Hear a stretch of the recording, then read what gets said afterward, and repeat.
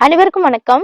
இந்த பதிவு ஏப்ரல் மாதத்திற்கு, அதாவது பங்குனி மாதத்திற்கு உண்டான அபிஜித் நட்சத்திரம். அதுவும் இந்த மாதம் நமக்கு எந்த நாள்ல வருகின்றது என்றும், எந்த டைம்ல வருகின்றது அப்படிங்கிறத பற்றி தான் இந்த பதிவுல நம்ம தெரிஞ்சுக்க போறோம்.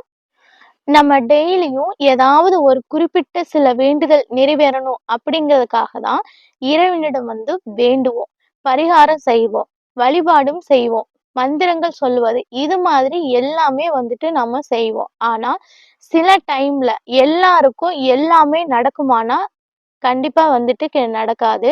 இல்லைன்னா பலன் கொடுக்குமான்னு கேட்டா கண்டிப்பா நமக்கு பலனும் கிடைக்காது. அதிலும் சிலருக்கு மட்டும்தான் பலன் கிடைக்கும். சில பேருக்கு கர்ம வினைகளின் காரணமாக பலன் கிடைக்காமல் கூட போயிடும். மேலும் நம்ம உபயோகிக்கின்ற நேரம் அவ்வளவு சிறப்பா இருக்காது. ஆனால் இதற்கு எல்லாம் மேல ஒரு படியாகத்தான் நம்ம சொல்லக்கூடியதும், அதுவும் கேட்டதை கேட்டபடியே கொடுக்கக்கூடியது அப்படின்னு பார்க்கும்போது, சில முக்கியமான நேரங்களையும் நம்ம சொல்லலாம். அதுவும் மாதத்துல 2 முறை வரக்கூடிய சோடச கலை நேரம். அதே போல மாசத்திற்கு 1 முறை சில சமயங்கள்ல 2 முறையும் வரக்கூடிய அபிஜித் நட்சத்திர நேரம். இந்த 2யுமே நம்ம சொல்லலாம். இதுலயும் அபிஜித் முகூர்த்தம் என்றும் ஒன்று இருக்கின்றது.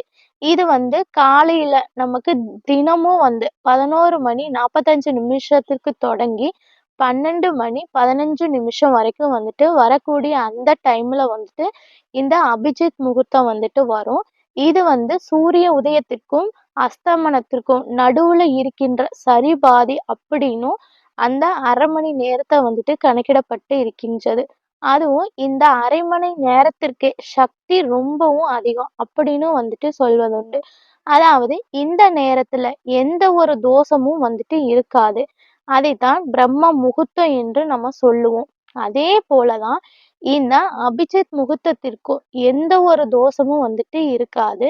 அதனால எல்லா விதமான நல்ல காரியங்களையும் இந்த டைம்ல நம்ம செய்யலாம். அதே போன்றுதான் அபிஜித் முகூர்த்தத்திற்கு எவ்வளவு சிறப்பு இருக்கின்றதோ அதே போல அதிக சிறப்பு அபிஜித் நட்சத்திரத்திற்கும் உண்டு. இந்த அபிஜித் நட்சத்திரம் அப்படிங்கிறது 28வது நட்சத்திரம் அப்படின்னு சொல்லப்படுது. இது வெற்றிக்குரிய நட்சத்திரம் அப்படிங்கிறதுனால இது கெட்டவங்களுக்கு போயிடக்கூடாது அப்படிங்கிறதுக்காக கிருஷ்ண பரமாத்மா தன்னுடைய மயில் இறகுல மறைச்சு வச்சுக்கிட்டதா புராணங்கள்ல சொல்வதுண்டு. அதே சமயத்துல நல்லவங்களும் நல்ல காரியங்களுக்காகவும் தங்களுடைய தேவைகளை நிறைவேற்றுவதற்காகவும் இந்த நேரத்தை பயன்படுத்தி, அதுவும் சூட்சமான 2 நட்சத்திரத்திற்கும் நடுவுல இந்த அபிஜித் நட்சத்திரத்தை வச்சாரு. அது என்ன நட்சத்திரம்னா, உத்திராட நட்சத்திரத்தினுடைய 4ஆம் பாதமும், திருவோண நட்சத்திரத்தினுடைய முதல் பாதமும், இது 2லயும் இதுல இருந்து ஒரு 12 நிமிஷமும், அதுல இருந்து ஒரு 12 நிமிஷமும் என்று சொல்லி மொத்தமா 24 நிமிடங்கள் கொண்ட அபிஜித் நட்சத்திரம் அப்படிங்கிறது வருகின்றது. இந்த மாதம் இந்த அபிஜித் நட்சத்திரம் நமக்கு எப்ப வருதுன்னா, அதுவும் திருக்கணித பஞ்சாங்கத்தின்படி இந்த மாதம் நமக்கு ஏப்ரல் மாதத்தின் 11ஆம் தேதி, பங்குனி மாதத்தின் 28ஆம் தேதி சனிக்கிழமை அன்று வருகின்றது.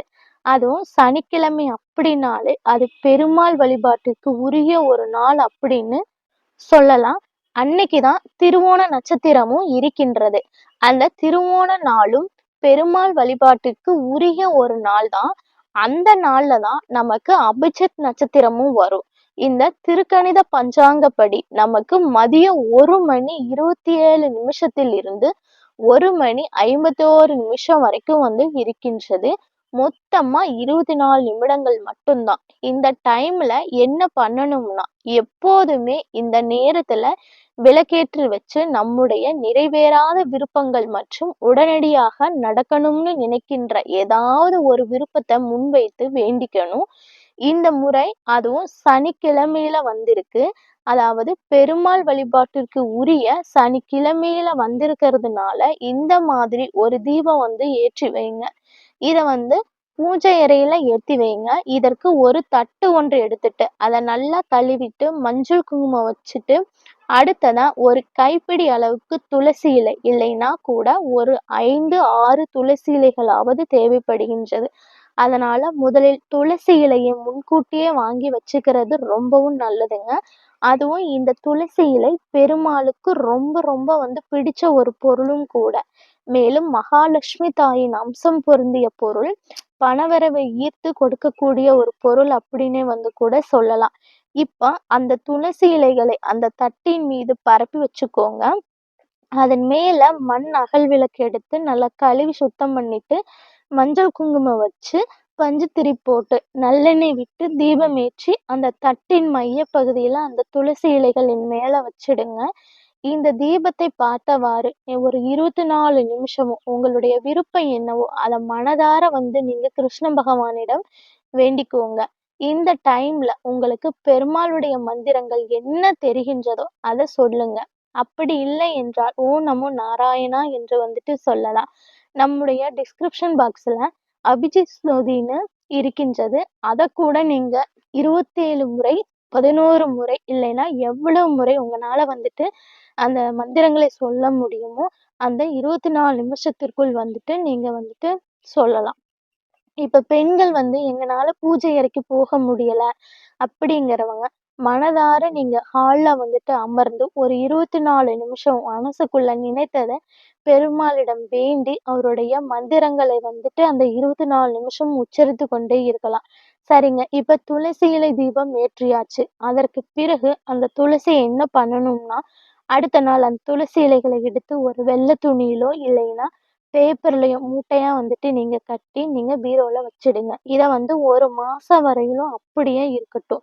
1 மாசத்துக்கு பிறகு நீங்கள் வெள்ளி, செவ்வாய்க்கிழமைகளில் தூபம் போடும்போது அதோட சேர்த்து போட்டுறணும். அதுவும் இந்த துளசி இலை அதிகப்படியான நேர்மறை ஆற்றல்களை கொண்டது.